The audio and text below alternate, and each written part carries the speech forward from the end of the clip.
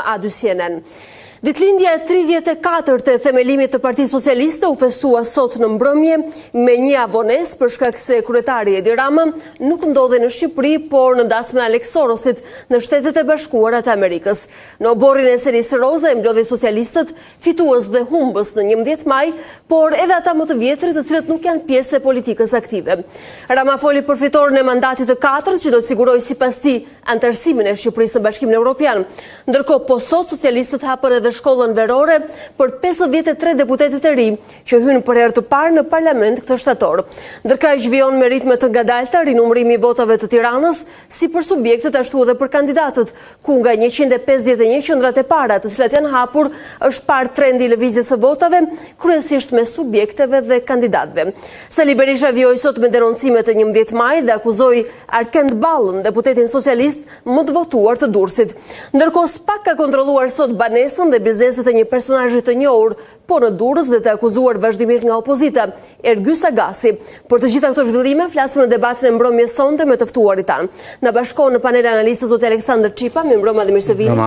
Zoti Afrim Krasniqi, faleminderit që jeni pjesë e debatit. Bashkohet me ne zoti Lutfi Dervishi, faleminderit që jeni pjesë e jona zoti Samineza, mirëmbrëma dhe mirësevini. Por para se konsiderojmë të hapur debatin, realizojmë një komunikim të drejtë për drejtë me gazetaren tonë Fiorella Beleshi nga selia e Partisë Socialiste, ku besoj Fiorella festa ka mbaruar, mirëmbrëma, mirë se vjen në debat.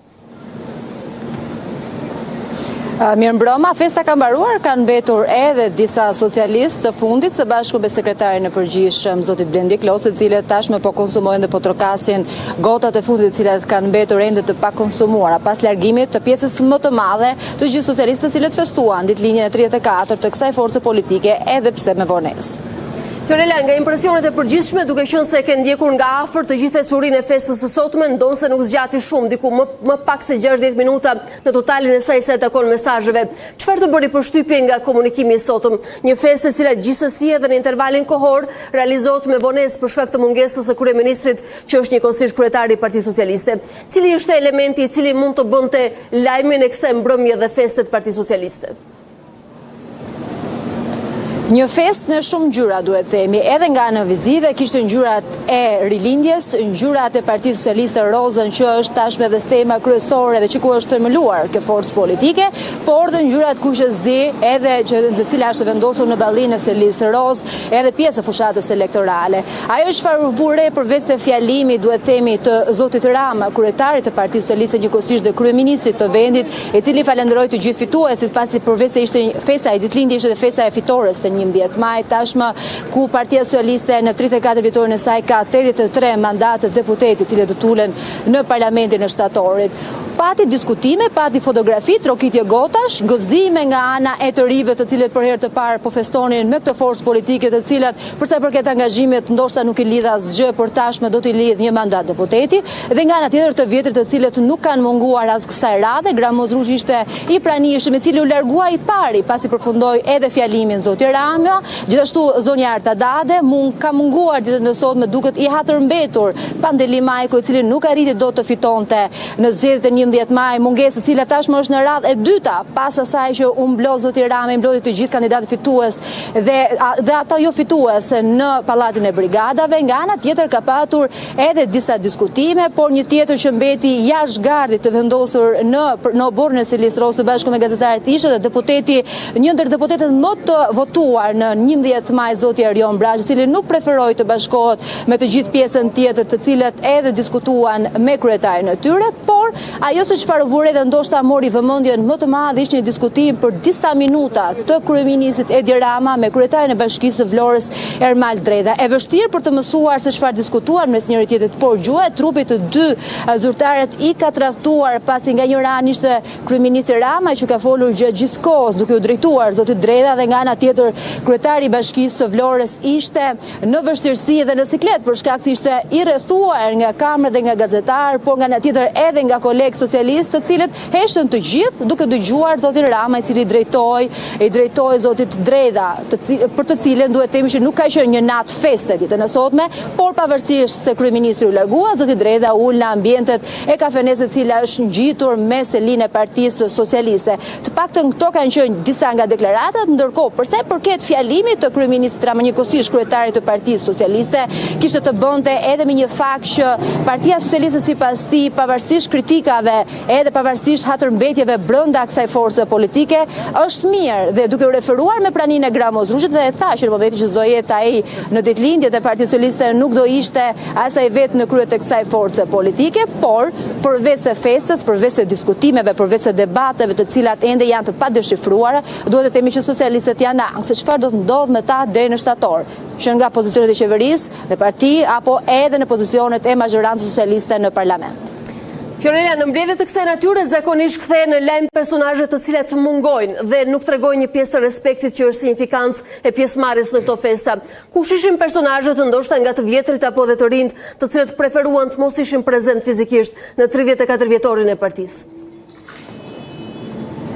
Përveç se Pandeli Majko, e cila mungesa e tij u vure edhe në pallatin e brigadave, por dhe ditën e sotme në festën e Partisë Socialiste, një nga socialistët më të vjetër që tashmë është ende aktiv si deputet i Partisë Socialiste në Kuvendin e Shqipërisë, mungesa e tij ka rënë në sy dhe ende nuk dihet se cila është arsyeja, nëse ka një arsye apo një mungesa e tij është me arsye ndryshe nga ajo e Tauland Balles apo Fatmir Xhafajt, Toni Gogu dhe disa deputetëve të tjerë, të cilët ditën e sotme kanë qenë në Strasburg në komitetin e Asamblesë Parlamentare të Stabilizimit të Asociimit BE Shqipëri, dhe për shkak të këtij takimi nuk kanë arritur dot të vinë në kohë në festë. Pjesa tjetër, për sa i përket të rinjve, nuk kishte ndonjë mungesë të qëndësishme përveç të Erion Velia. Duhet të themi që një vit më parë të gjithë ne ishim kurioz apo kureshtar për të parë nëse do kishim një takim me zotit Velia, i cili ishte pranishëm, dhe zotit Rama. Ditën e sotme kjo kurreshtje nuk i shkoi më tej për shkak edhe se ai ndodhet në paraburgim, por në vend të tij ka ardhur dhe ka festuar kryetarja e bashkisë në detyrë, zonja Nuela Aristani, e cila ishte e pranishme, por nga ana tjetër të rit ishin të gjithë, ata të cilët kanë fituar një mandat deputeti me shumë vota, dhe ata të cilët më pak, por festuan dhe ishin ata më të gëzuarit, pasi duhet themi që përveç se kanë marrë një mandat deputeti, kanë marrë edhe shumë vota. Madje njërës prej tyre, kryeministri Rama e përqafoi me dashamirësi deputetën tashmë të zgjedhur të Elbasanit Saramile, e cila zoti Rama shkoi hodhi duart në qafë për ta përqafuar, një përqafim duhet themi misor dhe i ngrohtë nga ato që zoti Rama nuk i bën shpesh përveç se me të vjetrit socialist. Fiorella, unë të falenderoj për këtë përmbledhje të detajuar informative nga festa e sonte e Partisë Socialiste. Në qoftë se do të kemi nevojë për ndërhyrje apo komunikime të tjera, me sa duket festa atje ka mbaruar, por gjithsesi ne do të jemi në transmetim të drejtë për drejtë. Për momentin unë të falenderoj.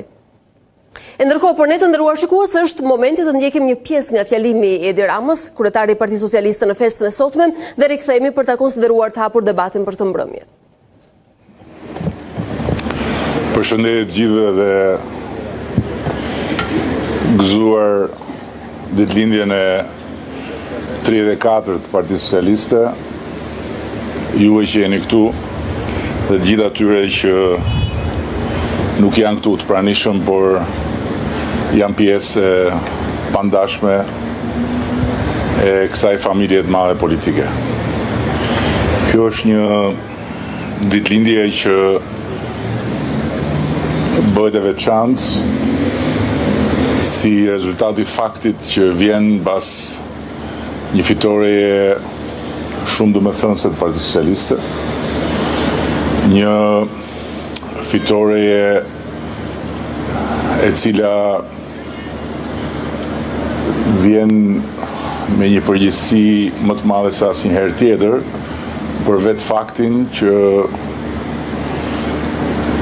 u mishërua si rezultat i një mbështetje më të madhe se asnjëherë tjetër për Partitë Socialiste. Dhe padyshim që ne nuk i jemi frikur, edhe sigurisht nuk jemi shmangur asnjëherë përgjegjësive që vijnë me fitoret, dhe kjo unë besoj se është arsyeja kryesore pse ne nuk lodhemi së fituari, pasi nuk lodhemi së ngarkuari veten me përgjegjësi dhe së reflektuari mbi çfarë mund të bëjmë më mirë. E natyrisht që shumë gjëra duhen bërë me patjetër më mirë në kushtet kur kjo fitore është e lidhur me një mandat besimi të jashtëzakonshëm për të udhëhequr vendin dhe për të antarësuar Shqipërinë në Bashkimin Evropian brenda kësaj dekade. Nuk ka arsye më të fortë dhe nuk ka edhe domethënie më të madhe lidhur me përgjegjësinë se sa ky objektiv, i cili është një objektiv sa i arritshëm, aq edhe tejet i vështirë për t'u arritur. Është një objektiv sa i afërt, aq edhe jashtëzakonisht i lidhur me sa shpejt ne do jemi në gjendje të përmirësojmë çka duhet përmirësuar dhe të përmbushim çka duhet përmbushur. Natyrisht që nuk kemi asnjë arsye për të mos qenë besimplot. Kemi një skuadër të re me jo pak, po me 83 deputet dhe më shumë se sa numri është përbërja skuadrës, është harmonizimi i eksperiencës me prurjet e reja dhe është shpërndarja më e mirë se sa asnjëherë tjetër e peshës së përfaqësimit në çdo territor, që besoj unë i japin kësaj skuadre të re mundësinë që ta përballojë me sukses peshën e madhe që do duhet mbaj në këto vite kur parlamenti do duhet të bëhet shtylla kryesore e procesit të antarësimit në Bashkimin Evropian për përmbajtjen që ka procesi. Në ana tjetër, unë besoj që si rezultat i mirë organizimit në të gjithë territorin dhe si rezultat i një betejë të bërë me shumë përkushtim në të gjithë territorin, kemi po ashtu edhe një skuadër mbështetëse jashtëzakonisht premtuese në të gjitha njësitë administrative në të gjitha zonat ku Partia Socialiste është angazhuar gjatë gjithë këtyre muajve në mbështetje të grupeve të kandidatëve për deputet. Përgjegjësia më e madhe e marrë ndonjëherë nga Partia Socialiste e përkthyer tashmë edhe në besimin prej 83 mandatesh të kryeministrit pikërisht në 34 vjetorin e festës së partisë së tij, ku është edhe kryetare, njëkohësisht reprezenton dhe kryeministrin e vendit, e ndërkohë flet edhe për përfaqësimin më të mirë, duke parë parlamentin e së ardhmës një sinkronizim të mirë mes të resë dhe të vjetrës, asaj që është signifikanca sot e figurës Partisë Socialiste dhe duke konsideruar që ka dhe shpërndarjen më të mirë në përfaqësim. A është kështu? E komentoj me panelin, po e nis me zotin Dervishi. Zot Dervishi, a duket i ndërgjegjshëm për peshën që ka marrë përsipër kur flet edhe për rolin e partisë, por edhe për falësimin në legislativ? Numrat janë të rëndë, kuptimin që janë 83 numra, por në kuptimin e asaj që quhet, themi, demokraci funksionale, nuk më duket se i dha peshën e duhur parlamentit. Pesha e parlamentit, për kaq pjesa sa dëgjova, nuk është i tjetë noteri i qeverisë dhe të miratojë të mbaj barrën kryesore në procesin e integrimit në Bashkimin Evropian, sepse ashtu e konsideroi kryeministri. Sepse deri tani është si duket një lloj procesi që duket hap letra dhe mbyll letra. Në një kohë që procesi në thelb është transformues. që do të thotë ndryshon gjithçka dhe jo vetëm thjesht legjislacion, ndryshon mënyrën e funksionimit të institucioneve. Pra duhen testuar se si do të zbatohen dhe kërkon edhe një kohë të gjatë për të përshtatur dhe për ta thënë në mënyrë të thjeshtëzuar, do të thënë vendi që një turist gjerman të gjetë një siguri ushqimore kur shkon në një supermarket në jug të Shqipërisë apo në veri të Shqipërisë, siç e gjen në Berlin, do të thënë është një rrugë jashtëzakonisht e gjatë dhe një punë shumë e madhe. Ju përmendet disa shifra, do të thënë e para njëherë nuk është 34 vjetori i Partisë Socialiste, është 84 vjetori, sepse nuk është një parti e themeluar në 91-shin, por është një parti e krijuar në 1941-shin dhe me një kongres në qershor të 91-shit u transformua.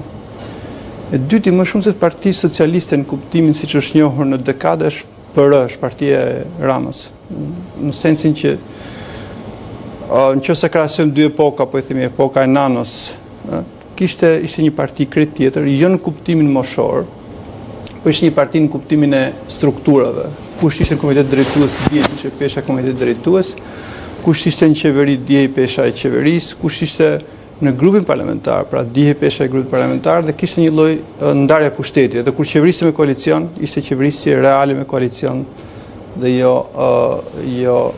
Ndërkohë çfarë shihni në hierarkinë dhe vizatimin e kësaj që ju e konsideroni PR-ja e sotme? Kjo është parti lideri.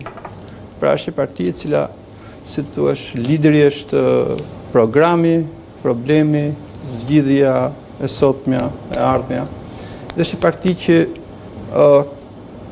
është vërtet ka ardhur duke thelluar rezultatin elektoral, nuk po e hym analizës si qysh tek instrumentet. Është një parti që është rinovuar vazhdimisht, domethënë nëse përdor metaforën e krahasitjes, ka bërë krahasitje të rëndë her pas here. Dhe nuk është se nuk ka dhënë rezultat, dhe është një parti që pikë të fortë ka kontrollin mbi territorin, që shkon në ekstrem dhe në një debat që ndoshta ta bëjmë pak më vonë. Por siç e theksuat dhe ju në pyetje, dhe siç e theksoi dhe reporterja nga Selia e PS-s, ka dy gjëra, do të thënë të analizojmë kush mungon. Nëse mungon Pandrim Majko, ai si thoshte etaloni i socialistëve të mbetur, njeriu i Forumit Rinor Socialist që të mbeturit e vjetër të politikës aktive të sotme. Të vjetër në kuptimin e angazhimit politik, po jo të moshës.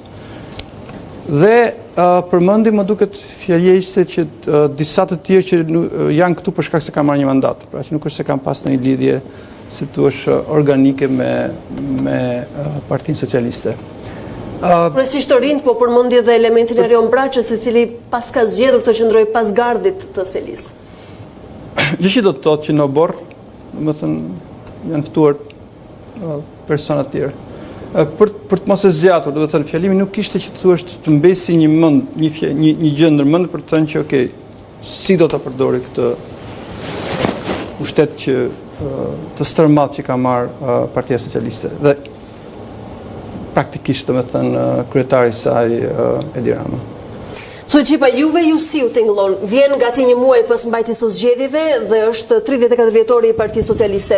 E reprezenton kryeministri që rezulton tjetë dhe kryetari i kësaj partie. A kishte një element risi, a ka diçka kontrastuese me qenë se flet për përgjegjësi të shtuara? A ju duket i ndërgjegjshëm në këtë drejtim për peshën që ka përsipër në gëzimin e mandatit të katërt dhe me këto numra potenciali? Po, i ndërgjegjshëm për pushtetin që zotron edhe për pushtetin që rikonfirmon, padyshim është. Por për konceptin që kemi ne, për mënyrën se si duhet funksionoj një qeverisje e cila është e zgjatur në 4 mandate dhe që ka detyrimet për të rikthyer pluralitetin funksional dhe atë institucional në Shqipëri, pastaj kjo është një çështje diametralisht e ndryshme. Personalisht prishja që në fjalën e 34 vjetorit të ditëlindjes së partisë, siç e quan ai, të merrnim diçka më tepër për konceptin që mund të ketë ai për ndërtimin e një kabineti të ri qeverisës. Për me qenë se konstaton që ne nuk lodhemi së marri përgjegjësi, ose së ngarkuari, si kundër e tha, dhe nuk lodhemi së fituari, të shikojmë që, doja unë që të shikoja, një koncept të ri për diferencën midis kabinetit që ka aktualisht në ekzekutiv dhe kabinetit që do të ndërtoj për shtatorin e viti tashëm. Ju besoni se nuk e ka të gatshëm identikitin e kabinetit të ri, apo preferon të qëndrojë i mistershëm si zakonisht ndodh dhe ka elementin surprizë në prag të përzgjedhjes së emrave? Jo, vrej dhe konstatoj që do të mbetet besnik i vetvetes, që ai do ta formuloj kabinetin e ri, duke qenë diskret deri në minutën e fundit të hartimit të këtij kabineti. Kam një lloj kështu qasje vetjake në raport me atë që konstaton kolegu Dervishi kur thotë që bën krasitje. Rama në fakt nuk ka bërë krasitje, bën shartime. Dhe shartimet janë padyshim ndryshime me atë çka ai ka gjetur. Ndryshime edhe në kuptimin antropopolitik të fjalës, por edhe në kuptimin e trashëgimisë. Po të shikojmë, ai ka marrë, le të themi, elemente të autoritetit që i ka pasur në 50 vjetësin e parë partia e origjinës së tij, por partia vetë nuk ka asgjë të përbashkët me atë. Nëse ju referohemi të gjitha sondazheve, nostalgjikët e partisë së punës kanë të njëjtën patologji refuzante ndaj Ramës në shumë aspekte për mënyrën se si ai e refuzon traditën e tyre apo le të themi trashëgiminë e tyre, për disa ikje nga doktrinat që cilat ai ka me lehtësinë më të madhe dhe në fakt nuk i quan fare ikje, po i quan edhe. Por ama këtë refuzim ju nuk e konsideroni krasitje, e konsideroni shartim, do sa edhe në fjalimin e sotëm foli për harmonizimin mes të vjetrës dhe të rreth. Ai foli për dy herë përmendi fjalën skuadër.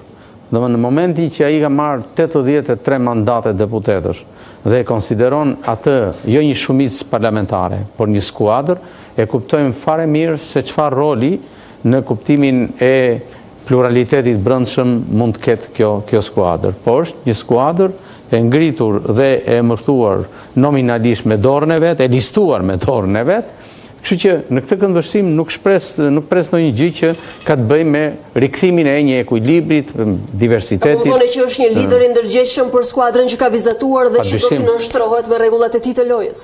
Jo vetëm është si tillë, po unë mendoj që ai është një politikan që ndërton strategjinë e vet për llogarit vetes dhe jo për arsye të, le të themi, diversitetit apo të oponencës që mund t'i bëjë publikut, aq më tepër një shoqëri plurale.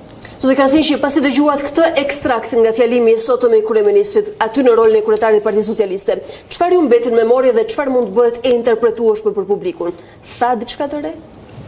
Së pari mendoj që nëse ne nuk e dim që e ka mbajtur fjalimin për 34 vjetorin e, siç e quajnë, PS-s, duket sikur një bisedë lirë një njeriu që ndjehet i ngopur nga pushteti me këtë don Shqipëri dhe pa një auditor saktuar. Nëse ti mlidhesh për një parti e cila në historinë e tranzicionit ka qenë 22 vjet në pushtet nga 35 vjet, duhet kesh edhe një lloj reflektimi për problematikat e qeverisës, për mësimet edhe për sfidat e të ardhmes. Zoti Rama është i treti fjalim që mban që nga zgjedhjet dhe në 3 fjalimet vazhdonte të premtoi sloganin e Bashkimit Evropian, por nuk ka bërë asnjë propozim të vetëm se si do jetë hapi i parë për shkuar atje, do kush do jetë ndryshimi, kush do jetë reflektimi nga vota. Së dyti, oferta e tij ekipit apo oferta e tij që këtu vinë për herë të parë, po të parlamentit do jetë i fuqishëm, nuk ka sens. Se kështu na del që drejtorët e kadastrave të Shqipërisë pas kanë qenë njerëzit më taft për bërë shteti ligjor në Shqipëri, kur në thelbin e tyre janë drejtorë shërbimesh, nuk janë drejtorë reformash. Dhe ata kanë hyrë deputetëri, nuk kanë hyrë ndonjë ekspert i shuar kushtetues apo ekspert i shuar i ligjit. Ata do kenë problem për zgjedhjen e kryetar komision ligji. Në gjykimin e tij flet për një parlament i cili është i sendërtuar për shërbyer vetëm teknikisht për procesin e antarësimit në Bashkimin Evropian. Mendoj që mesazhi ishte që ata deputetët do miratojnë akt, qeveria do dërgojë gjithçka në parlament dhe parlamenti do ta miratojë. Kjo ishte për të thënë që parlamenti i rëndësishëm, jo se parlamenti ti forcoi dhe të kthehet në pozicion kushtetuese që kontrollon qeverinë, që do të realisht mesazh i kanalizuar sipas jush apo ndoshta ishte boshllëk në retorik? E para s'kisha si mesazh kanalizuar, se si intereson fare, është i pashësuar, është i lodhur nga pushteti, është i ngopur nga lavdrimet, është i lodhur nga fjalimet, është i lodhur nga ata që ka përballë, sepse janë të njëjta figura 30 vjet, dhe ai një dy thot dua figura të reja etj, sepse i duan për ka nga lodhja personale, po atëherë pse reziston me gjithë këtë lodhje të shumëfishtë? Po e para qëllimi i zotit Rama është personal dhe pushteti personal. Nëse një kryetar i Partisë Socialiste do kishte respekt për Partinë Socialiste, në rastin konkret zoti Rama, s'pari ky është i vetmi kryetar që meqense festoi se 34 vjetorin, në vitin e parë 34 vjetorit botoi artikull për ta nxjerrë jashtë ligji Partinë Socialiste. Do është i vetmi nga që ka propozuar me shkrim nxjerrjen nga jashtë ligji. Së dyti, do kishte minimum në respektit, do i thëshëm votoni se jam kryetari juaj. Hera e fundit që ka bërë këtë shtatori vitit 2009. Nga 2009 nuk është votuar për kryetarin e partisë. Nëse nuk është votuar dhe nëse gazetari juaj shkon të i pyesë ata që rrinë edhe para oborri dhe pas oborri, kur e keni zgjedhur kryetarin, unë nuk arri do të kuptoj çfarë përgjigje do jepshin. Besoj disa e kanë në memorie, po nuk e thon dot, të tjerët ndoshta edhe nuk e di. Jo, ata e thon me kuptimin gjerë sa fiton zgjedhjet automatikisht kryetar, por nuk funksionon kjo në demokraci. Sepse demokracia ka rregulla të tjera, ti shkon emër Partisë Socialiste dhe supozohet që ke legitimitetin e Partisë Socialiste. Nëse e ke, kush ka zgjedh, kush ta ka dhënë legitimitetin? Ty nuk ta ka dhënë përjetshëm. Në që ti e merr dhe i është pron private dhe mban sa duash. Dhe kjo është edhe një lloj parashikimi që ditën që Partia Socialiste do jetë në provë vështirë. Nuk do ta kalojmë me krizën siç e kaloi në kohën e KPD-s, po themi me zhvendosje skalionesh të ndryshme rivalitet, po do ketë një fund gati pashmërshëm sa Partia Demokratike aktualisht. Zotineza, vendosur në kontekst në festën e sotme të Partisë Socialiste, çfarë lexuat nga mesazhi i kryeministrit apo nuk pat asnjë mesazh? Në fakt nuk pati kurfar mesazhi për të mbajtur mend, edhe siç e tha dhe afrimi që në 3 fjalime që ka mbajtur pas zgjedhjeve, pothuajse nuk ka pasur asgjë për të mbajtur mend. Me përjashtim të gjëst me ndjesisë që të krijon atë ndjesinë që ai është i qetë praktikisht, është i qetë dhe shijon shumë mirë atë fitoren e tij në zgjedhjet e 11 majit. Në fakt ajo çfarë duhet të themi sot për shkak edhe të festës së emrit, se nuk është festa e partisë. Partia ka një histori shumë të gjatë se sa emri, por për shkak të festës së emrit duhet të bëjmë një pyetje në fakt.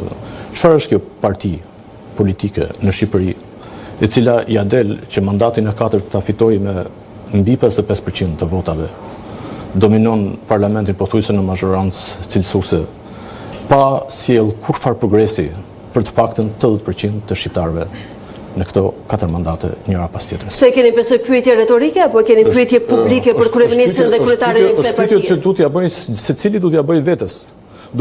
Sepse ajo është tani është një parti udhëheqëse, është një parti e cila prodhon qeverinë, i prodhon të gjitha institucionet të cilat në një farë mënyrë na dominojnë apo na sundojnë apo na drejtojnë ne. Madje dëgjuat që janë të lodhur së fituari, sepse kjo është retorika e kryeministrit. Po e ke këtë ndjesi të lodhjes së fituari kur ti nuk e ke të lidhur fitoren tënde me objektiva konkret, me disa objektiva, me disa qëllime, me disa si thua hapa të cilët e ke vendosur për ti ndërmarrë dhe në fund ke edhe një rezultat, ke një output diku në një vend. Por po ta shohim të gjithë historinë e qeverisë së Partisë Socialiste nga 2013 deri sot, me përjashtim të 2-3 masave që u morën në vitin 2014-2015, të cilat kishin bënë kryesisht me mbledhjen e taksave të papaguara ose të detyrimeve të papaguara, të cilave u ura me shqelm 3 ditë përpara zgjedhjeve për shkak të retushimit të votës, nuk ka patur as edhe një nismë tjetër e cila ka ndërtuar progres dhe prosperitet për shqiptarët. Për gjatë tyre 13 viteve, shqiptarët janë larguar gati 1 milion nga Shqipëria. Nuk mund të justifikohet kjo me një tendencë e cila është tendencë për të lëvizur edhe nga vendet tjera më të rehatshme se sa Shqipëria në këtë masë dhe në këtë përqindje. Nuk ka bërë asgjë në kontekstin ekonomik. Letë çdo shqiptar normal. Nuk po flas për aty 10% i cili është i lidhur me strukturat e Partisë Socialiste apo me strukturat e pushtetit. Por çdo shqiptar normal, le të bëjë një krahasim midis 2010-s, qoftë edhe si fillim emocional ose si ndjenjë, po qoftë edhe si begati ekonomike, ta krahasoj me sot vetveten e tij dhe nëse e gjen veten më mirë në një nivel që mund të ka përcej edhe 60%, 70%, atëherë mund të themi që kjo është një parti politike të cilin ja vlen ta votojmë. Por për gjatë gjithë këtyre viteve që ajo qeverisi nuk na dha asnjë arsye të fortë, racionale, po jo pse të jetë racionale, edhe një arsye e cila lidhet thjesht me prosperitetin personal të dikujt për ta votuar sërish. Prandaj them që duhet bërë kjo pyetje, çfarë është kjo që nuk punon për qytetarët, por megjithatë ajo mbledh votat dhe fiton zgjedhjet. Është parti politike? Çfarë është partia politike? Partia politike së pari është një moment etik. Domethënë nëse ti përfshihesh në një parti politike, ndërton një parti politike ose funksionon si parti politike, në fakt po funksionon në një moment etik, domethënë në një moment i cili përpiqet të ndërtojë disa rregulla, disa mekanizma përmes vullnetarizmit dhe jo përmes pagesës apo përmes nderave. Zotineza me është kjo një parti për etikën e parlamentit dhe etikën e partisë. A ju duket se është një lloj edukimi në këtë drejtim që të rrudhi pritshmëritë, edhe nëse flasim për etikën brenda një partie politike, për nga ku duhet të ishte gjeneza e etikës në politikë. A ka një edukim për të rrudhur këto pritshmëri? Nuk edukimit tani mund të thuash ti, a kemi ne një parti tjetër e cila është një parti etike? Natyrisht që kemi plot parti në Shqipëri që kanë element ose dimensionet e etikës shumë më të zhvilluara ose shumë më të avancuara se sa Partia Socialiste. Por tani është shumë e rëndësishme që ne të drejtohemi Partisë Socialiste. A është kjo një parti etike praktikisht? A është kjo një parti të cilit ne mund t'ja lëshojmë ose mund t'ja besojmë vullnetet tona, të cilat më pas kthehen në një mekanizëm qeverisës për gjatë mandatit që fiton? Tani besoj njerëzit, por ndoshta edhe kolegët tuaj panelistë mund të pyesin që në kushtet e mandatit të 4 të kësaj partie, e cila rivjen në pushtet, a është ky një diskutim për etikën që tingëllon luksoz ndoshta për audiencën? Unë nuk mendoj se tingëllon luksoz për audiencën, është një debat ose një diskutim konkret që duhet ta bëjë secili. Duhet të kuptojë se çfarë është ai mekanizëm i cili sot qeverisë përdor paratë e tij ose menaxhon paratë e tij. Dhe përmes këtij menaxhimi, përmes kësaj qeverisje nuk ka arritur prosperitet ekonomik të paktën. Se nuk po futem në pjesë të tjera të prosperitetit që mund të jenë natyrisht që është lumturia, është begatia, është gjendja e mirë shpirtërore ose edhe mendore, po nuk po futem atje, thjesht ekonomia e cila është më e matshme, është një indikator smart, domethënë që ti mund ta matësh në moment, mund të thuash se bën apo s'bën ky lloj sistemi. Zoti Dervishi, a besoni se jemi në kondicionin për të folur për etikën brenda kësaj partie politike, meqense Zotineza na çoi drejt generacionit? Etikën në shkuptim. Etikën si parti, etikën për nga ku duhet niste gjeneza e funksionimit të Partisë Socialiste si subjekt politike, më pas për ta shpërfaqur në një parti politike nuk qeveriset nga ligje. Domethënë ka ligj për partinë politike, por praktikisht organizimi i një partie është qeveriset nga statuti. Statuti nuk është ligj. Statuti është një rregullim i brendshëm. Është njësoj si shoqatat e gazetarëve, organizata që drejton ÇIPA ka një statut, ka një kod etike dhe përpiqen ta qeverisin vetveten. Këtë po them që kjo është partia politike etike, që qeveris vetveten dhe i kemi dhënë disa fuqi dhe disa instrumenta për shkak të këtij lloji organizimi, i kemi dhënë edhe vullnetin ton, ndërkohë që kur vjen puna bëjmë një bilanc. Ky bilanci nuk është etik, pastaj bilanci i qeverisjes së kësaj partie. Nuk komportohet me një pamje etike të asaj që në fakt janë cilësitë fillestare të një partie politike. Okej, do të thënë diskutimi i vjetër teorikisht dhe praktikisht. Do të thënë nuk mund të flasim për si thua debat etik dhe rregullash në parti sultanësh. Nëse partia ka marrë epitetin parti lideri, parti sultani, ajo që përmendim fillim afrimi, që nuk ka zgjedhje brendshme, nuk ka struktura, ka gjithmonë si thosh një lloj tollovie dhe prapë qëndroi saj metaforës së krahasitjes, që kaput degët dhe shikon se çfarë do dalë dhe i merr. Nuk ke, domethënë nëse ke një parti që nuk fiton zgjedhjet për shkak të programit, domethënë futet në program, futet në zgjedhje pa program dhe i fiton, nuk mban premtimet ose ku diun se çfarë, merr qoftë edhe premtimet e 2013, kjo është një debat tjetër në kuptimin që çfarë makinerie elektorale kemi përballë. Pra nuk është sepse i kombinon të dyja, domethënë është edhe parti elektorale, po është edhe parti e kapilarizuar në ekstrem. Pra dalin jashtë lojës së diskutimit dhe analizës etika, korrektesa brenda politikës së kësaj partie. Nuk bëhet fjalë më për etikë, domethënë nëse ti ke një sistem patronazhimi agresiv, që din kur ke shkuar për të votuar, orën kur ke shkuar, apo pse s'ke shkuar, të ka ardhur apo s'ka ardhur fleta e votimit nëse je emigrant, domethënë këtu nuk është më në kufit e nuk kemi fare më në kufit e etikës. Çështja është që në këto parti shtrohet pyetja e madhe. Domethënë partitë e liderëve kanë një periudhë pastaj që përmendi afrimi përpara që në momentin që ikën lideri i madh, drejtuesi, udhëheqësi, kryetari, kush e plotson boshllokun? Do të thënë i kam ato mekanizmat që ka pasur dikur, po i themi, që sepse ka qenë një model i ndarjes së pushtetit. Do të thënë çfarë ne po flasim sot? Ne po flasim që Shqipëria po shkon në autokraci.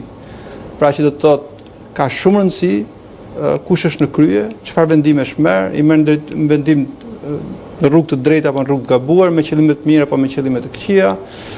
Kur ke një adresë, kur ke një problem për të zgjedhur, testi i demokracisë është, të thënë që kush e zgjidh të problem. Ju besoni që brenda strukturës aktuale të Partisë Socialiste është ndërtuar ky hendek? Po flasim thjesht vetëm për sepse është partia është njësuar me qeverisjen. Do të thënë nëse ti shkon në një vend jashtë, në cilin çfarë do lloj vendi, lindja apo në perëndim, në Europën qendrore apo në Afrikë, dhe ke një problem të caktuar, do ti pyet si e zgjidh të problem, kush ma zgjidh të problem, kush ma zgjidh të hall. Nëse përgjigjja është ta zgjidh vetëm një njeri, do të thotë që këtu nuk ke një sistem që funksionon institucionet. Është një sistem voluntarist që është me fuqinë e liderit.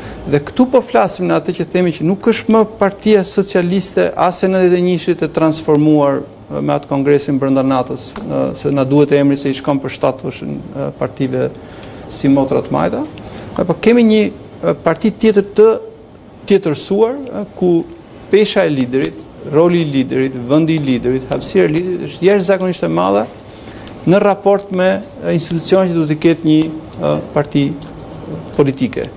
Tani çështja është kjo, dhe kthehem prapë tek pyetja e gazetarës, do të thënë nga çfarë përbëhet antarësia e kësaj partie. Janë socialistë genuin, pra njerëz që të frymëzuar nga idealet e majta të shpërndarjes barabartë të pronës publike. A është kjo vërtet një parti e majtë, sepse gjithmonë etiketat nuk është se tregojnë cilësinë e mallit që ka brenda, apo shohim ne politikat majta sociale, po shohim që do të thënë po shkëlqen transporti publik në Shqipëri, po shkëlqen arsimin në Shqipëri, po shkëlqen shëndetësia në Shqipëri, pra ka më shumë. Qëndron e kësaj partie konform orientimit ku janë parat tona, ose parat e buxhetit, ku janë të drejtuara? Janë të drejtuara në politika sociale, ka pensione më të mira, më the tash. Përmend edhe çipa shpar që ta këto veteranët që nuk e gjejnë veten fare, por ama ata e gjejnë veten 101% në votim. Nuk është se i shkon mendje që mund të ndëshkojnë me vot minimalisht ditën që kanë të drejtën. As nuk shkon mendje, ne kemi parë raste. Shkosh prish shtëpinë dhe të votoj prapë për atë. Me kalimin e dekadave, me kalimin e dekadave veteranët paksohen. Këtu si rregull veteranët shtohen dhe janë më të shumë se luftëtarët. Veteranët ndoshta për arsyeën e përfitimit financiar, por në kuptimin dialektik paksohen. Po, dhe jeta është e vështirë 100 vitet e para, paksohen, po vitet llogaria aritmetika që përmendi Afrimi, që ka 22 vite që qeverisin dhe shpesh në propagandë dalin domethënë që klasa e vjetër sapo kemi marrë një mandat popullor, pra nga 35 vite të tranzicionit kur u heq 22, një parti që ka edhe 50 vjet përvojë nga e shkura, pra është një lloj, si themi, debati, me çfarë kemi përpallë? Çfarë kemi përpallë? Është vërtet Parti Socialiste? A është vërtet parti politike? A është një parti që do të na çojë drejt, si themi, një standardi më të mirë jetese, jo vetëm ekonomik, po edhe në kuptimin e demokracisë, në sensin e ndarjes pushteteve përgjegjësive? A është një parti që reagon ndaj skandaleve apo relativizon skandalet? Apo është autore e tyre në rastin më të keq? Ajo do t'jetë autore. Ajo do t'jetë autore. Pushteti i prodhon si thua skandalet, nuk mund t'i prodhojnë njerëzit pa pushtet. Por është vërtet për me këta po ndodh ajo që thënia cinike Andreotit, që pushteti lodh ata që nuk e kanë. Një gjë duhet theksuar nga kjo sot që më bëri përshtypje është koha e shkurtër. Do të thotë më shumë, si thon, po shkojmë të bëjmë një adet se sa një moment për të festuar. Dhe nuk kam parë ndonjë, si thua, fest genuine, që të është një fest. Pra po themi fest e vakët në interval të shkurtër kohë. Nuk ka entuziazëm. Do të thënë, Rama mund të thuash shumë gjëra, nuk mund të thuash që nuk di të artikuloj, ose nuk është një publicist që t'jap mesazhe. Ka një por ishte egzaltim që nuk e identifikuar dot, madje ju nuk gjetët as mesazh të ri në fillimin e tij. Për pjesën që pam. Pra duket nuk ka, si thua, entuziazmin që do të bëj 1, 2, 3, 4. Shqipëria 2029 do të jetë një vend krejt tjetër, ku në infrastrukturë, në rregulla, në mirëqenie, ekonomia do të shkojë në këtë gjë, do të jemi një vend prodhues dhe një vend importues, do të jemi një vend që do frenojmë plakjen, do të rikthejmë emigrantët, do të jemi një vend ku do të jetohet shumë mirë, jo vetëm Po por asgjë nga këto nuk dëgjua ditën e sotme, ndoshta entuziazmi është zbehur edhe për shkak të një jave vonesë, meqense festa po realizohet një javë me vonesë nga data historike. Zoti Çipa, nëse tentoj të rikthejmë edhe një herë fjalimit për të gjetur element që me sa duket kanë shtërruar, të vetmit që falenderoj meqense jemi në histori me së vjetrës dhe të rez dhe tek hierarkia e personazheve ishin Gramoz Ruçi dhe Arta Dade. Madje nëse dëgjuat me vëmendje tha duhet shqetësoheni kur Gramoz Ruçi mos jetë në këto bor, po atko nuk do t'jem asun. Kishte mesazh në këtë drejtim apo ishte sërish i thatë kur përmendi këto dy emra? Po, mendoj që është një mesazh për antarësinë e gjerë, që do të thotë që përderisa e kemi një simbol të trashëgiminisë së partisë, do konsideroni që këtu është le të themi marrëdhënia normale e brezave. Shikoj, unë mendoj që fjalimi i sot i Ramës nuk i duhej për asnjë risi. Deri në shtator kur ai duhet të zgjedh kabinetin e ri, është një kohë shumë e konsiderueshme. Këtë gjë besoj do ta mund ta bëj nga fundi i korikut ose nga gushti, nëse. Dhe nuk këto janë politikisht nuk i interesante. Ajo që ai intereson thotë që ne përsëri dhe ripotencoj që ne do të në dekadën e mbetur do të shkojmë në statusin e antarëve të BE-s. E tha, në fakt po të bësh pak aritmetikën, i bie pak e zgjeroj, e shtiu më tutje afatin kohor që ka premtuar, se ne na tha në 2030, por nëse do të... Në fakt që në nisje të mandatit të tretë ka folur për vizionin e 2030-s kryeministrit, po pra, po sot tha në dekadën e ardhshme, ne tha do të jemi vend antar i BE-s, që i bie ka shtuar gati 5 vjet. Nga premtimi elektor. Po kjo është bile media shikoj që nuk e kanë. Kështu e tha shprehmisht. Tha në dekadën e ardhshme ne tha do të jemi një vend antar i BE-s. Ndoshta ky pas ka qenë komponenti vetëm i lexueshëm i fjalimit. Për të bërë mandatet jo 4 vjeçare, por të bëjmë me dekada. Dekada e parë, dekada e dytë. Për të zgjatur mandatet, ndoshta ka një plan edhe për ndryshimin apo transformimin e formulës së Republikës. Një dekadë mund të thush që e mbarova këtë punë, fillova dhe mbarova. Megjithëse sot që flasim është në margjin e më shumë se një dekade kryeministri. Pa mjaftueshme një dekadë për të ndërtuar një objektiv Partia Socialiste e Tiranës dhe qeveritë e tij dhe për të arritur objektivin. Ju jeni mes ironisë dhe satirës në këtë moment, po ka publik që mund t'ju lexojë dhe seriozisht. Jo, se kam satirë në fakt, ironi po satirë jo, për shkak se më thuaj cili ishte ai objektivi realizuar i cili frymëzoi votë socialiste në këtë zgjedhje parlamentare. Cili ishte? Po na rikthente analiza e zgjedhjeve, po. Tu na keni kthyer në kontekstin e fushatës elektorale dhe besoj se vetëm kryeministri mund të ishte në ndërgjegje dhe i mundur ta bënte këtë listë të objektivave të realizueshëm. Po marrim vetëm një gjë, po marrim një gjë e cila nuk lidhet shumë me fushatë elektorale, po thuaj se nuk lidhet fare. Po marrim problemin e pagave. Qeveria rriti pagat të administratës.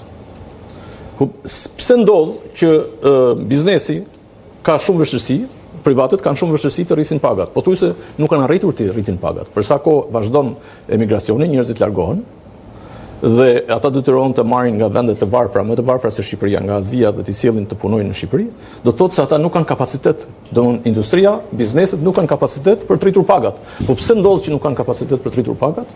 Në çdo vend të zhvilluar, në çdo vend normal, domthonë po flas për vendet të cilat kanë ekonomi tregu, nuk është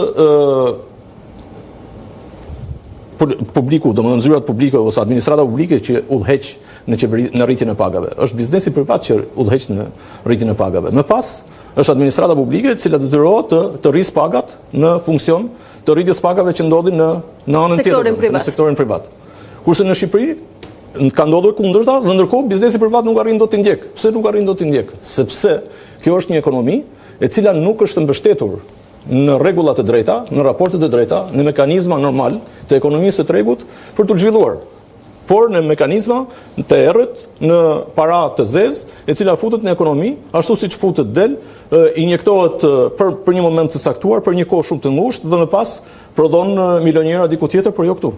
Mekanizmat të cilat sipas jush në fakt kanë stimuluar në invers. Do të krahasoj që nëse ka një element për cilën kryeministri duket fort i ndërgjegjshëm dhe është investuar, është fakti që ndoshta 53 deputetët e rinj të kësaj legislature kanë nevojë për shkollim për të nisur parlamentin në shtator dhe këtë e provon fakti që do të nisi shkolla verore për 53 deputetët dhe lektori i parë i tyre do të jetë vetë kryeministri Rama. Së pari kjo është praktik normale çdo partie politike. Unë habita edhe me mënyrën se si media komentojnë në Shqipëri, sepse çdo parti serioze sot në Europë, kur zgjedh një grup parlamentar, sidomos kur ka deputetëri, e ka detyruar t'ju bëj, rregulloria e parlamentit ka detyruar t'ju bëj trajnim deputetëve. Ne si ISP-ju kemi bërë në 2 legjislatura praktikisht trajnim deputetëve PS-s dhe PD-s. Sepse ka qenë një nga funksionet tona dhe i kemi bërë me kënaqësi edhe në Shqipëri dhe i kemi marrë edhe nga Shqipëria, i kemi çuar kohën në Itali dhe ju kemi bërë dhe atje. Kështu që është praktik normale, ne më mirë të kemi deputet të informuar, se sa të kemi individ që votojnë gjëra që s'kuptojnë. Dhe në fund fare ne nuk lëviz integriteti i individit, po informacioni i individit për cilën e zgjedhur.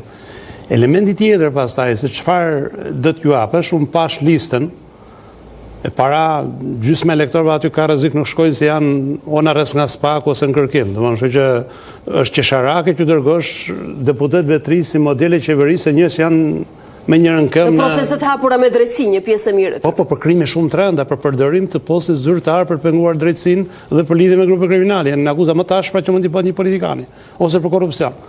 E dyta, që t'jesh deputet dhe të mash leksione, duhet t'jesh njëri i suksesshëm në jetën parlamentare. Ti s'mund dërgosh njerëz që nuk kanë asnjë gjurmë pozitive parlamentare dhe nuk janë, për shembull, pash një dy prej tyre që ne që i monitorojmë prej 10 vitesh, ata nuk kanë arritur të justifikojnë asnjë nga elementet kryesorë të qenies deputet. Dhe tani ata dërgojnë. Mos jemi në standardin që të jesh deputet mjafton të konsiderohesh dhe je barazvlefshëm me sukses? Jo, mesazhi është i tillë. Mendoj që mesazhi është për t'ju thënë deputetëve të ri që ju jeni zgjedhur, jeni përbërë siç është përdorur një shprehje që sem dakord me zotin Braçe, që është një kontratë punë, thot, është një punë e re dhe merret një punë e re. Nuk është punë e re bësh deputet, është përgjegjësi, është një nga nderet më të mëdha që i bëhet njeriu, është një nga shanset më të mëdha që jepet njeriu të marrë vendime për vendin e vet, është përgjegjësi e shumë fish dhe nuk mund të jetë në asnjë lloj rasti vend pune. Nuk është qeshje rroge, nuk është qeshje kontrate financiare ose sociale, është kontratë morale dhe integriteti. Dhe në moment që ti merr ta njerëz, ju thua që këta do japin leksione, do thotë ju do jeni gjithmonë në nivelin e tyre, sepse janë pedagogët tuaj, profesorët e tuaj dhe këta do jenë këshilltarët tuaj për në pozitat e reja që do marrë në ekzekutiv. Kështu që mendoj që ka qenë e gabuar. Pastaj po ta kujtojmë, drejtori i parë i shkollës akademisë politike u arrestuan atko për kriminale, për që ato banda kriminale përfundojnë në burg. Kështu që kjo historia e kësaj akademisë nuk është shumë e lavdishme. Interesant është që opozita ka pasur një organizim tillë, ka pasur dikur fondacionin Pjetër Arbnori, sa ka përdorur ndonjëherë. Krijoi pastaj një forum tjetër, nuk e ka përdorur ndonjëherë për trajnime, është kriju gjithmonë ka mundur shpiku, po s'ka përdorur asnjëherë. Dhe duket sikur opozita më shumë FRPD-ja ka trajnime për politikën. FRPD-ja po s'është janë deputet. Unë flas për këta që të cilët do të jenë kontributor në legislaturë. Kontribuoj, deputet. Edhe përsëris çdo parti duhet të ketë dhe duhet të ketë trajnime të vazhdueshme. Siç ne sot për shembull ne bëjmë pothuajse një herë në 6 muaj bëjmë trajnime me media. Për çfarë? Për ligjet e reja. Edhe ne kemi nevojë për trajnim. Për ligje financiare, për vendimarrjet e reja, për sfidat e reja. Për shembull, vetëm paketa, unë po të marr vetëm një pikë që mua më intereson për shembull shumë, edhe nga ana personale. Një nga rekomandimet prioritare afatgjata që u dha nga Bashkimi Evropian është që nëse ju doni të realizoni dhe të keni sukses, duhet të nëshoni dhe konceptet dhe kushtetutën e Shqipërisë ndeshon lëmelen që lidhen me Bashkimin Evropian. Dhe unë që tani jam interesuar si ka bërë Kroacia, si ka bërë Slovenia, cilat janë pikat që ne do ndryshojmë kushtetutë, si do bëhet procesi. Kështu që janë procese domosdoshme. Janë procese domosdoshme. Nuk i marr me shaka, njerëzve në Shqipëri nuk i ka kur e keqja kur lexojnë, njerëzve në Shqipëri ka e keqja kur pa lezuar i drejtojnë. Jo, ndoshta pyetja duhet rivendosur në kontekst. A është kjo 53 deputetëve të rinj, duke ditur mirë për mbajtjen e kësaj liste dhe emrat që janë vendosur aty, për cilat ne kemi diskutuar gjatë edhe në kohë fushat elektorale, po edhe pasi u bën fitues dhe mbartës së kësaj liste, njerëz të cilët të dalë nga kjo akademi politike vere mund të jenë të gatshëm dhe dinjitos për të reprezentuar në legislaturë.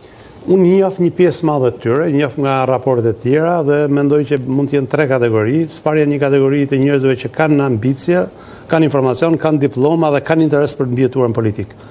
Së dyti është një kategori administratorë që nuk e kuptojnë shtetin, nuk e kuptojnë parlamentin dhe ka nevojë të ju thuash edhe si do ulesh, si do vishesh, si do përdorësh celularin, nuk do shkosh me hamër në parlament, edhe element tjerë që janë të rëndësishëm në funksionimin parlamentar. Dhe ka një kategori tjetër që kanë blerë mandatin, të cilët nuk kanë pikën e interesit, as lexojnë, as dëgjojnë, as kuptojnë dhe do jenë prapë deputet edhe legislaturën e jashtme nëse nuk ndryshon ligji.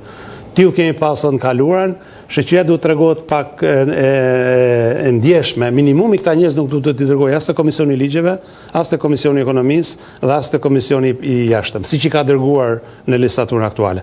Paktën duhet t'i dërgojmë diku ku s'na prishin punë, në një nga këto komisione që merren me gjëra që s'kan ndonjë. Komisioni i Sigurisë Kombëtare. Po dhe sidomos te Komisioni i Sigurisë Kombëtare. Po them me shumë seriozitet, sepse nuk mund t'i kesh gjithë deputet profesionist dhe ekspert të gjitha, por shumë rëndësishme që njeriu të gjesh punë për gjërat që ti të bëjnë. Ata të cilët e kanë bler mandatin, ata s'kan. Po por ju më folet për kontingjentet konsiderueshme, pothuajse 2 prej këtyre target grupeve, të cilët ndoshta nuk janë të denjë mjaftueshëm për ta bërë këtë mision. Në gjithë historinë e parlamentit, zakonisht 2/3 e prurëve të reja kanë qenë aksidentale dhe nuk i kanë mbijetuar ligjaturës pasuese. Kështu që është normale. Nëse ti ke vendosur ta mbushësh me bodyguard parlamentin, apo me njerëz deleguar të çunave të fortë të Elbasanit, të Durrësit, të Dibrës, o normal që ata s'kan ardhur për të bërë akademik aty. Kanë ardhur për të kryer ndere dhe nderet bën me tendera, nuk bën parlament, nuk bën me ligje. Nëse ata mësojnë, por nga ana tjetër, duhet të jemi sinqert, duhet edhe praktik. Deputetët përballen me një sfidë, që plotësimi i deklaratës së pasurisë, që plotësimi të dhënave dekriminalizimit, që të konflikti interesit.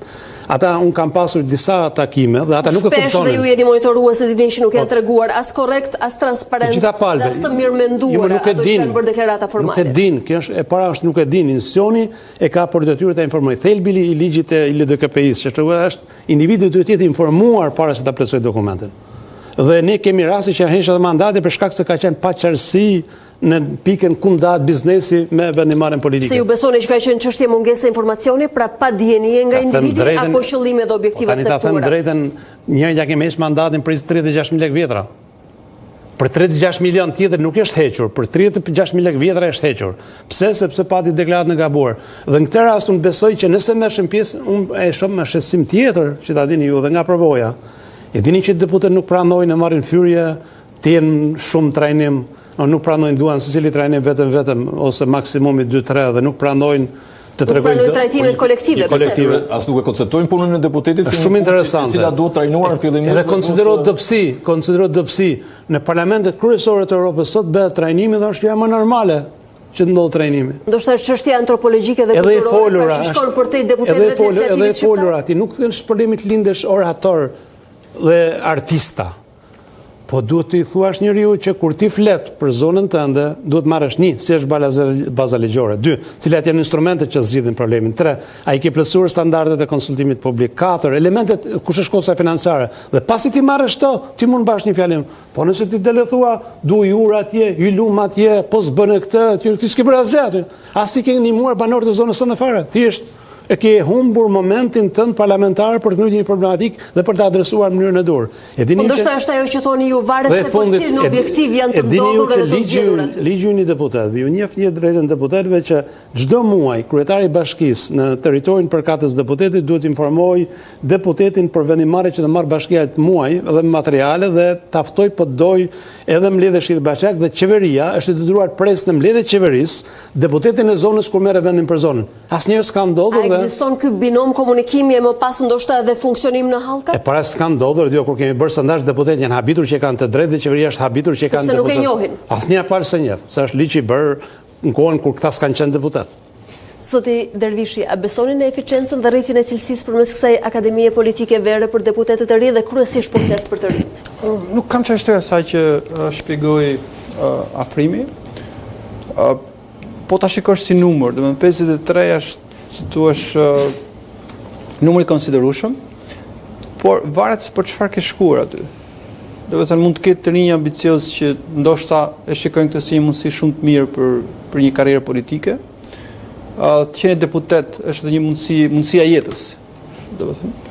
Por uroj dhe shpresoj që të kenë, si thua, idenë bazë, do të thënë që aty janë si përfaqësues, misioni i tyre është për të si thua shqyrtuar ekzekutivin, sipas thënë tash kontrolluar se duket pak si estradë, në fakt edhe është funksioni. Do të thënë është për të parë mekanizmat që krijojnë problemet. Është për të qenë të ndërgjegjshëm që kanë përgjegjësi për çdo votë që bëjnë, sepse ekzekutivi mund të përdorë si noter për shkak vendimeve që nuk i merr dot për fakt. për shkak të përgjegjësisë së mundshme penale dhe ja kalon parlamentit. Dhe është një podium që nuk i jepet kujdo. Cili do të jetë artikulimi i tyre publik, si do të duhen të mbahen mend. Do të duhen që në monitorimet e mundshme të ISP-s të jenë kolonën e ullët, domethënë që nuk kanë aktivizim, nuk flasin, nuk ngrenë probleme. Ata rizidhen lodi. Bile lista sigurta, ndër. Apo do duhet që të japin se tu është i kontribut. Dhe tjetra është nuk është edhe lehtë. Do të thënë përballja e debatit parlamentar, duke pas parasysh temperaturën, duke pas parasysh traditin që ne kemi, nuk është një sport i lehtë. Nuk është mish për rëdhëm të gjithë secilit prej tyre, veçse nëse e marrin shumë seriozisht punën që do të bëjnë në këtë akademi vere. Dhe që po e përmend punë në kuptimin e angazhimit që do të kërkoj që të kenë performancën e duhur. Qoftë shqyrtimin e ligjeve, qoftë debatet parlamentare, qoftë punën për komisione, qoftë përfaqësimin që mund të kenë për delegacione, dhe aq më tepër përfaqësimin që do të kenë, nëse do të kenë mundësi apo podiume jashtë Shqipërisë për të treguar edhe për të prezantuar sa më mirë vendin, se në këtë rast nuk përfaqësojnë thjesht vetëm një parti politike. Zoti Krasniqi, se më kujtoi zoti Dervishi shifrat dhe monitorimet tuaja, Instituti Studimeve Politike e bën këtë në mënyrë të vazhdueshme dhe di që na keni ekspozuar disa herë disa shifra interesante për aktivitetin parlamentar. E mbani mend nga legislatura e fundit e cila është ende eficiente dhe e vlefshme aktivitetin e deputetëve, di që keni pasur shifra dramatike se takon njerëzve që ishin aktiv dhe produktiv brenda sallës së parlamentit. Aja është normale, po media të rënd pas shifra, po mua përsa një nga shifra që më ngellu më shumë nërmend, ka që një sondazh para sa vitesh, mos ga bëjt 3-4 vite, ku 27% mos ga bëjt deputet në thanë që i votojnë ligjet pa i kuptuar. 27% e deputetëve i votonin ligjet pa i kuptuar. Po dhe jo apë të drejtë, sepse rregulli numër 1 i grupi parlamentarësh, kur miratohet përsa një ligji fizikës bërthamore, që unë jam ekspert, ngrihet eksperti në grup parlamentar dhe bin grupin pse ky ligj ka këtë gjë dhe inserojnë gjërat brenda tyre. Në moment që ti shkon në parlament, di si është majoranca. Që ndoshta këta janë deputetë që nuk kanë nevojë të binden se janë të bindur për të votuar. Jo, ashtu vini si funksionon parlamenti që ta kuptoni votimi, sidomos gjatë 4 viteve të fundit. Ka qenë shumë fyse për deputetë, jashtëzakonisht fyse, dhe ma kanë shprehur edhe vetë, sidomos majoranca, se opozita ka qenë e ndarë 10 grupe. Ju shkon një mesazh në momentin e fundit, me pamje ku ju thuhet janë të ligjet, duhet votoni këtu, ja tregojnë edhe shenjë ku votohet, edhe vendin ku votohet, edhe gjithçka. Disa prej tyre refuzuan, fillim me ngritje së shqetësim, ju thanë mbyllni gojen dhe praktikisht kanë mbyll gojen. Kështu që ata janë detyruar për të votuar sepse kanë pranuar këtë lloj sistemi, i cili ju ka heqë lirinë personale për të shprehur çdo lloj rezerve të mundshme në lidhje me një listë caktuar, një problematikë caktuar. Tani ironia e madhe, 4 ligje që i ka rrezuar gjykata kushtetuese, 4 i kanë votuar. Pyetja është, edhe ata që i kanë iniciuar, edhe ata që i kanë votuar, do të thonë që gabuam. Ata s'mund të thonë sukses kur e miratuam dhe sukses kur u miratua dhe u rrezuat në gjykata kushtetuese. S'mund të jetë sukses e kundërta e fakt nëse vota është detyrë shtëpie, nuk e bëjnë dot as këtë kontest do të Kjo ka prishur shumë, e ka prishur shumë. Dhe e dyta ka një, sepse këto statistikat tona ndonjëherë e kanë vështirë për ta shprehur çfarë ndodh brenda. Kryetari i grupit cakton një deputet që do flas. Sipas kërkesave që kanë bërë individët. Dhe cakton deputet që do flas. Dhe ju thuhet, shënim, nëse kryetari i grupit palës tjetër ose kryetari i partisë dikur do të ngrihet të sulmoj kryeministin ton dhe anasjelltas, do të tërhiqen ju 3 dhe do të dalë ushtari numër 1 që dele sulmon atë. Dhe pastaj fillon kjo grupi i këtyre kamikazëve që sulmojnë njëri tjetrin që flasin për gjëra që s'ka lidhje parlamenti. Dhe këta prishin sa. Ka shahu me pozicionime eksakte. Po por paguajnë çmim të lartë individët, të cilët një figurë shumë e njohur, ne e njohim gjithë, liberal që iku u kthy prapë në SBA, kur i pata dha një herë, pse si je shumë aktiv, sa herë që përgatis fjalën, tha, shkoj për të mbajtur, në momentin e fundit vjen mesazhi, do të rriqet gjithë grupi se do tani do marr vetëm nëse sulmo filanin, sepse merret urdhri, do sulmosh filanin, dhe hiq dorë nga fjalimet, kush e pranon bën karrierë, kush s'pranon rasti më i mirë. Kjo ka ndodhur deri sot. E keni në memorje se cili është ndoshta rekordi i aktivitetit më të ulët dhe eficiencës më të vakët? Nuk është qeshja asaj. Unë kam memorje këtë që në 2 legislaturat e fundit, nga 20 deputetët të cilët kanë qenë ose pas një gjurmë parlamentar, nuk është fjala pa fjalim, as komision, as 20 deputet pas një gjurmë, ndoshta kjo ishte shifra që po kërkoj. Shpreha, s'më lehet mbaroj. Nga 20 deputet të cilët kanë qenë pas një lloj kontributi parlamentar, pjesa më e madhe e tyre janë konfirmuar. Ose ata ose antar i familjes tyre. Duhet ta kenë pas heshtje shumë. Janë rikonfirmuar legislaturën e re.